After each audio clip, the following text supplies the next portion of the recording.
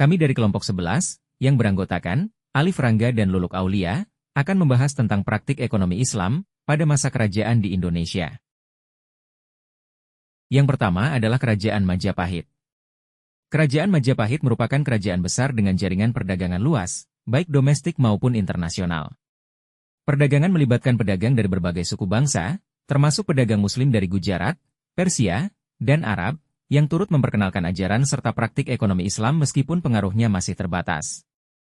Majapahit memiliki sistem perpajakan berbasis agraris, dengan hasil pertanian sebagai sumber utama pendapatan untuk membiayai pemerintahan dan proyek infrastruktur. Meskipun sistem pajaknya tidak sepenuhnya sejalan dengan konsep zakat dalam Islam, ada kebijakan yang mengarah pada pengumpulan dan distribusi kekayaan.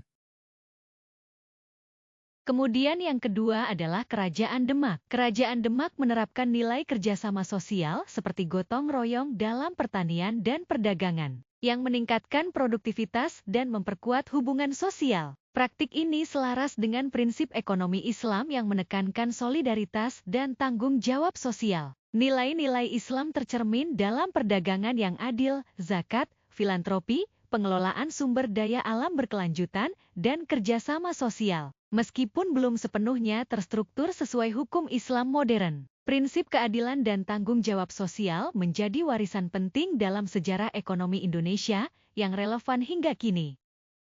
Yang ketiga adalah Kerajaan Cirebon. Pada abad ke-17, Kesultanan Cirebon mengenakan bea masuk 2% kepada VOC, namun perjanjian pada 7 Januari 1681 menghapuskan kewajiban ini bagi VOC. Kesultanan juga memberlakukan berbagai pajak, seperti gantang pajak bagi petani padi, pajak pagalantang untuk keluarga, pajak pasar, pajak pemotongan kerbau, pajak suguh, serta kewajiban masyarakat membangun fasilitas umum. Selain itu, zakat pendapatan sebesar 10% juga diterapkan sesuai rukun Islam. Dalam perekonomian, Kesultanan menggunakan dinar dan dirham, serta mata uang internasional seperti picis, mencerminkan penerapan prinsip Islam dalam sistem ekonomi.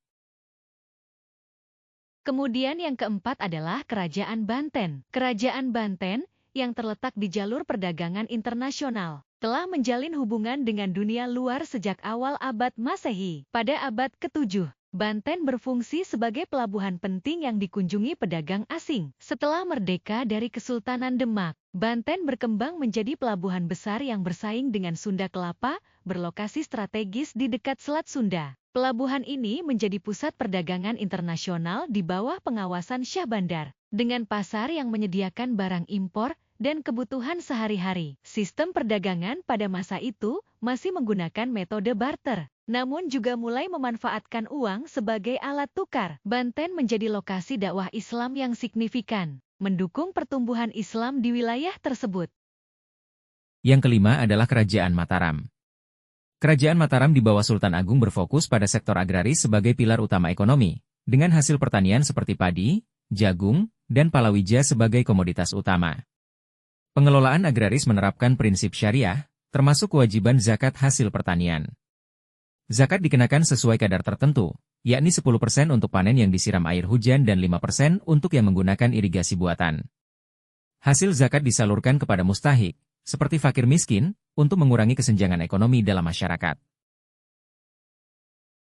Kemudian yang terakhir adalah Kerajaan Samudra Pasai. Kerajaan Samudra Pasai, yang terletak di jalur pelayaran strategis antara Asia Tenggara, Timur Tengah, dan India, menjadi pusat perdagangan rempah-rempah, khususnya lada, yang diminati pasar internasional. Pelabuhan ini ramai dikunjungi pedagang dari Arab, Persia, India, dan Cina. Sebagai salah satu kerajaan di Asia Tenggara yang mencetak mata uang sendiri, Samudra Pasai menggunakan dinar emas dan dirham perak bertuliskan kalimat syahadat, mencerminkan penerapan nilai Islam dalam ekonomi. Sistem pajaknya berbasis Islam, seperti zakat yang dikumpulkan dari pedagang dan masyarakat. Dana zakat digunakan untuk membantu kaum duafa, serta pembangunan fasilitas umum, seperti masjid, sekolah, dan pelabuhan.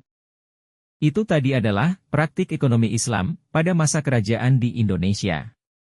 Terima kasih.